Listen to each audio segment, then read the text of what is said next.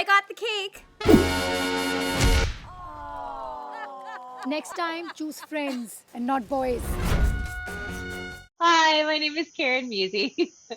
Hi, I'm Sweta, and I'm so happy to see you, Karen. I know, amazing. It's just like, 3 hours away, but on Zoom land, you're right here. The delicate dance of Dharma. Is that what you call it? You love to dance. Shooting in India is very different because it's a very Indians in general are very close and like to get very familiar with each other. So there's a lot of bonding. There's a lot of eating lunch together, and everybody brings food from their homes and their wives or husbands, or they cook themselves and carry little boxes, and we share food and we chat all the time. And it's very different. And here on set it's very quiet. You stay on your own. You do your own thing. I carry a book. Rarely ever people, get too chatty or, get to know each other. It's not as much as it's in India. It's very different.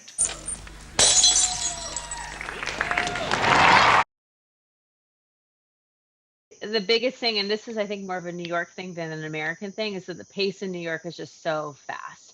And so you really I learned that I needed to take a day off because otherwise I'd burn myself out. I came from the ballet world. I went to musical theater. I'm now in film and television. And there's definitely things that are through lines all the way through. Like, people work hard. You have to work hard. You have to know your craft, no matter what it is. And you have to figure out how to connect with people and how to work with different kinds of people. And so I think that is the same no matter what. It's then the differences start showing up in the nuance of either the city or the type of craft that you're doing. River's Edge Theatre Company actually focuses on theatre for social change. So every play we've done has been for some kind of social change. With climate change, it was a little tricky because a lot of people hear the word climate change and just freeze. They'll not want to show up. They'll donate, but they're like, we don't want to talk about it. We are doing the best we can. And there's this I don't know how to say it, but a foreboding. There's people want to do stuff, but they feel very challenged and very helpless. So these plays were more futuristic and more like we've already created this environment. And now how do we move forward from here? So it was more like, say, 2050. So all the plays, these 5-act plays, were more like we are already in this soup. But how are we moving forward with it? So they were not serious. Like, there was just one of my pieces was a little serious at the end, but the rest of them were really funny. So, and all these plays were written specially for climate change. So the two plays I was in, one was by Witty Hiraka and one was by Jessica Huang. And both those plays were all geared towards, how we cope, how to feel more positive, how to, move with the change, how to empower ourselves so that we don't get, like beaten down by what we are not doing, rather find ways to now innovate and create so that we can now use everything we have, things we've caused, and then make a future for ourselves and our children. So that's what the whole thing was. And we had a community discussion after the show, which was really interesting. I have a feeling like 25% of the crowd didn't show up and just donated. But I'm like, at least they donated to a cause, My mom put me in dance when I was very young because I was very shy and just socially was just very withdrawn. And when I was in a room dancing with music, I really came out, and I really was living my full kind of experience of who I am. But I think the thing, and this has been my through line, is that in dance I always looked for storytelling, no matter what. And when I transitioned into more doing acting, that it was the fact that I still got to tell stories, that was why I transitioned into acting, doing more. But the cool thing with acting is, depending on the character, there's different physicalities with different characters, and so I feel like I'm bringing my dance background with me, in kind of an maybe a little bit more of a covert way. I still get to, it's just on scale. Instead of being here with something, I'm here, and so I'm cheating your question a bit, but truly for me, storytelling has always been the most important thing. Whether I've been dancing, whether I've been acting, it's always been the thing that's driven me as an artist, in whatever. And I played piano too, so when I was a kid, and so it's the same thing as like, what's the story of this music? So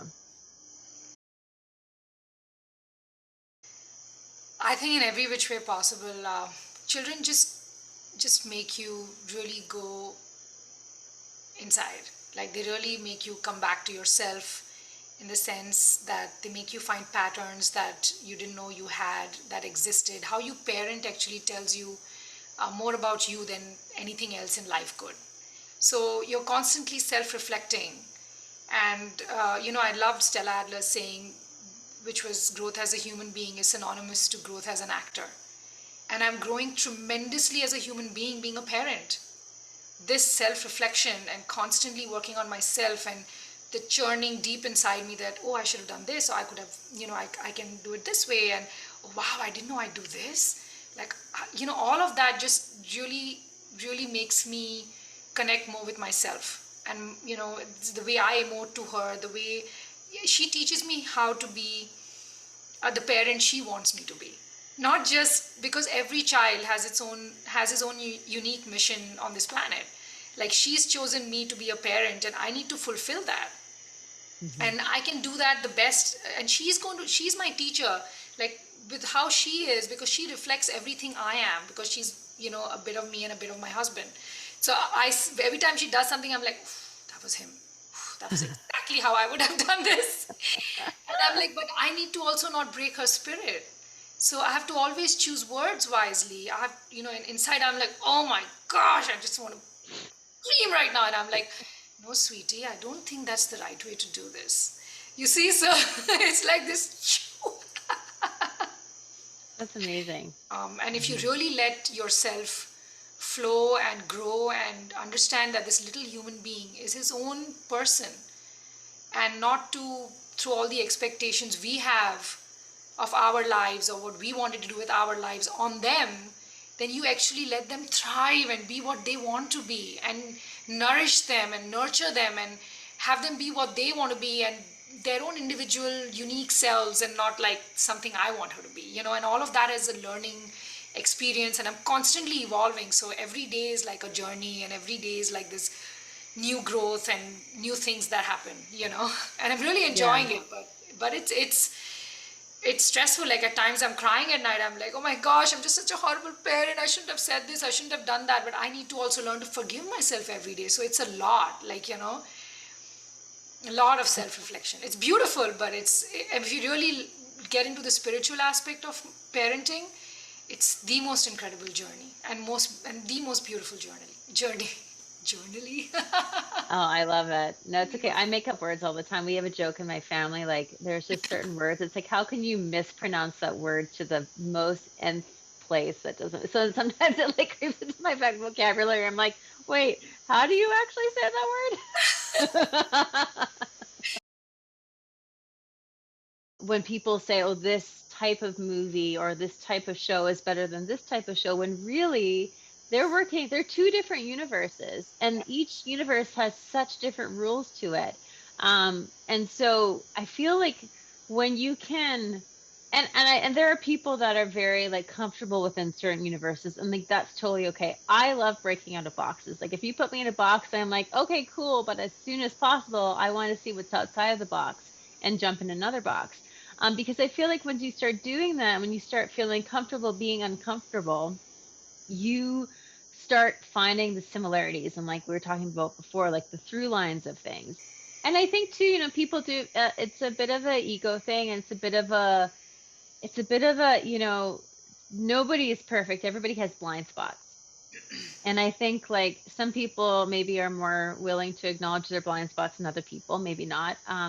But for me as an actor, it's a performer, storyteller, whatever else, it's really important for me to honor what my blind spots are and understand them, and maybe understand like maybe some of my own, like if there's a type of way of telling a story or that kind of thing that I am like feeling a little bit, weird about. It's like it's a great opportunity for me, like what you're just saying about, being a mother, of like examining that and going like, why am I, what about that is triggering for me, and like, and having the courage and having the breath to like lean into it and unpack it a little bit and understand for why in my experience that I'm experiencing it that way. So I would say Dubrovnik, and I would say Game of Thrones, because it's like kind of encompasses everything. You want to wear those costumes and could do blue screen or green screen, they call it here in India. We do blue screen, whatever, the green screen. And, you know, I love the castle there. We wanted to go there and see it forever and just be there and like feel the magnanimity of and the history of the place. I just love history. It used to be my favorite subject growing up, and I just like learning and getting to know different cultures and what you know why was this here, why was this castle here, why was it made, and you can really feel the people who've given their lives or fought there. You can sense an energy when you go to these places. At least I feel it. When I go to these places, I can sense this energy, like there's lots has happened here. Like I could feel that in Egypt when I used to go see the tombs, and also even in India when you go to the castles in Rajasthan or Jaipur or Gujarat, and you go see these palaces, and you can feel that there's lots of stuff has happened in these places. And I just love experiencing and reliving history, but in a whole different time, right? um, yeah, but yet doing a period piece. So I think I would say Game of Thrones. I'd say Dubrovnik. I love that. That's so cool.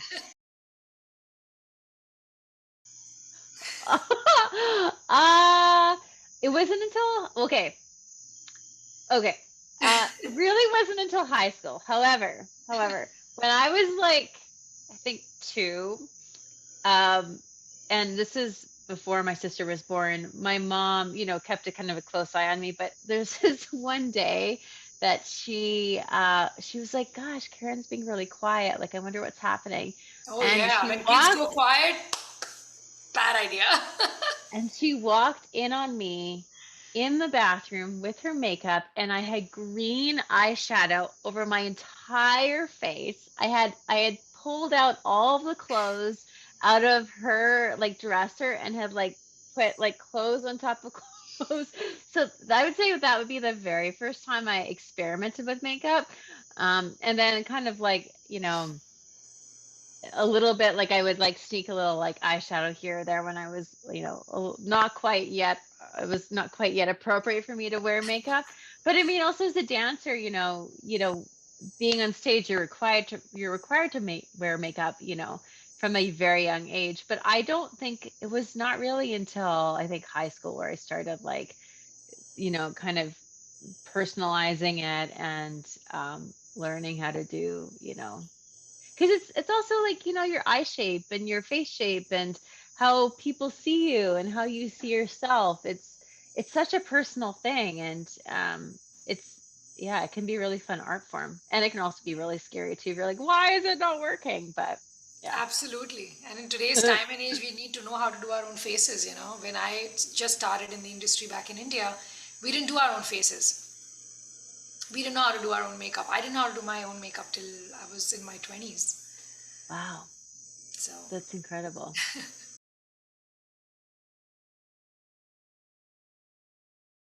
so the one thing that just reminds me of home is it's like a soup, but we call it dal. So it's like a lentil soup that we make, and it's made of these split pea lentils called tur dal. And my mom makes it in a specific way with curry leaves, and you have to really heat ghee, which is I'm sure you know what ghee is. It's instead of oil we use that, and it's I Hmm. don't know exactly, but it's basically oil, so it's ghee. um, I have to look up the container, but it's unrefined, some unfiltered. I'll check before I leave. Okay, I'll show it to you. But Perfect. I like it. So we used to that. So we heat that. We heat ghee, and we throw the curry leaves, which kind of splatter in hot oil, and we use mustard seeds and a bunch of other spices, and then we throw it in the cooked lentils, which are already pressure cooked. So that soup, that lentil soup that we made called dal, is the fragrance, like everything from creating it to my whole apartment smells of those curry leaves and the asafoetida and the spices, the cumin and all of that, and just that just make, if I close my eyes, I'm back in my apartment in India. So it's like, that's like my go-to thing to eat and make when I'm really homesick. And that's really easy to make, and luckily my daughter loves it as well. So it's like, okay, I'm making that, and she'll have it with maduros, which is like a Puerto Rican accompaniment, like a side.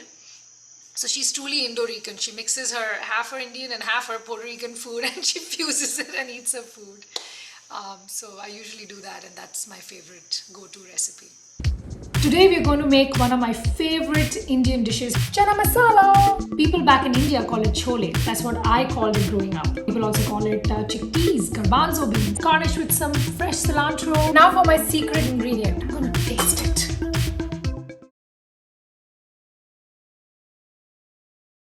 Growing up, I always loved the idea of being Canadian, but being Canadian in the world and getting to experience different cultures and different ways of being and different communities. Like I lived in Korea for a month doing a kids tour, and Fun. it's a very old country, and it's interesting, but it's also very new in the sense of all of the wealth and that kind of thing. So you have like very old against very new, and very wealthy against poverty, and that's just it's just such a different experience, and that's just like one aspect of that. So yes, I'd love to experience India. I'd love to go there, especially I think if you were there as my tour guide. I think that would make it even more beautiful, because like I lived in Hawaii as well for 6 months. We were on a cruise ship and we went around the islands, and the other cast that was on was the Polynesian cast, and so they were all locals to the islands. Gosh, and so I it was just so wonderful to be, because we got because becoming friends with them, we got this whole different experience of like the types of food, the different places, like some of the local folklore, some of the and in Hawaii as well too, the indigenous versus like US, like the challenges of that, and like the some of the conflict with that. And so I feel like getting to live and work somewhere I really like doing, because you get to be in the air of everything. And so yes, I would love to experience India, but you would have to be there. I would love to meet your family and like sit at your family table and experience a family meal like Oh my gosh, my mom will like force feed you to death. Most likely. That's the okay. Indian culture. Well, it's very close to the Ukrainian one, because that was the thing, like growing up, like both of my grandmothers, it was like it's like their way of showing love is like feeding you, and it's like if you're not eating enough, you're not absorbing that love. And so Yeah, they feel like you're unloved. If you're not eating, you're unloved. You're like, they see you look really scrawny, and you're like, does nobody love you? Are you lonely? I'm like, no, I'm doing well. It's just that I don't want to eat so much. Everybody thinks you have a good voice. I want a work visa. Is that what you're dating for? Are you trying to get a green card? What? An immigrant mom trying to make it as a working actor in New York City? Fuck. I don't want to hear this shit.